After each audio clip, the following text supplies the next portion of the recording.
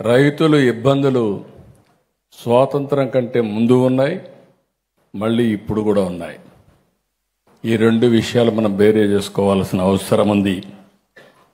అందుకే ఈ ప్రభుత్వం ఎప్పుడు కూడా తెలుగుదేశం ప్రభుత్వం, ఇప్పుండే ఎన్డీఏ ప్రభుత్వం రైతుల సంక్షేమం కోసం కట్టుబడి ఉన్నాం.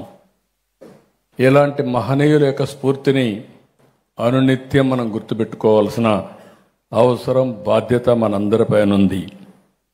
అందుకే ఈరోజు మీరు చూస్తే నేను కూడా ఒక రైతు కుటుంబంలో వచ్చాను.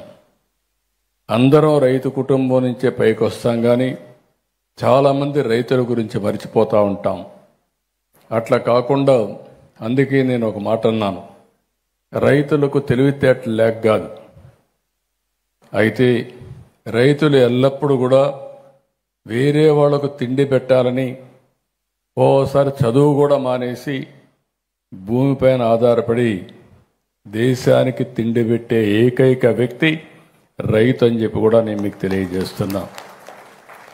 అయితే ఈరోజు నేను ముఖ్యమంత్రిగా ఉన్నప్పుడు చూశాను, నేను ఆ రోజు ఒకే మాట చెప్పాను, రైతులంతా కూడా వ్యవసాయం చేయాలి, అదే సమయంలో రైతు పిల్లలు కూడా తక్కువైన వాళ్ళు కాదు, వాళ్ళని చదివిస్తే ప్రపంచాన్ని శాసించే శక్తి ఉంది, తెలివితేటలున్నాయని నిరూపించడం కోసం ఐటీని ప్రోత్సహించి రైతులు, రైతు కూలీల్ని, వాళ్ళ పిల్లల్ని బాగా చదివించమని ప్రోత్సహించాను.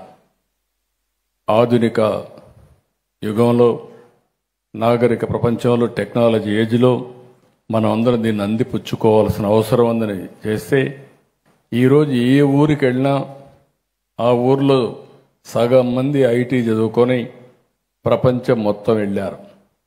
25 సంవత్సరాల సమయం, 25 సంవత్సరాల సమయంలో మీరు చూస్తే ప్రపంచంలో ఆ దేశంలో ఉండే వాళ్ళకంటే ఎక్కువ ఆదాయాన్ని సంపాదించే ఏకైక వ్యక్తులు తెలుగు రాష్ట్రాల నుంచి వచ్చినటువంటి రైతు పిల్లలు, రైతు కూలీల పిల్లలని చెప్పి కూడా నేను మీకు తెలియజేస్తున్నా.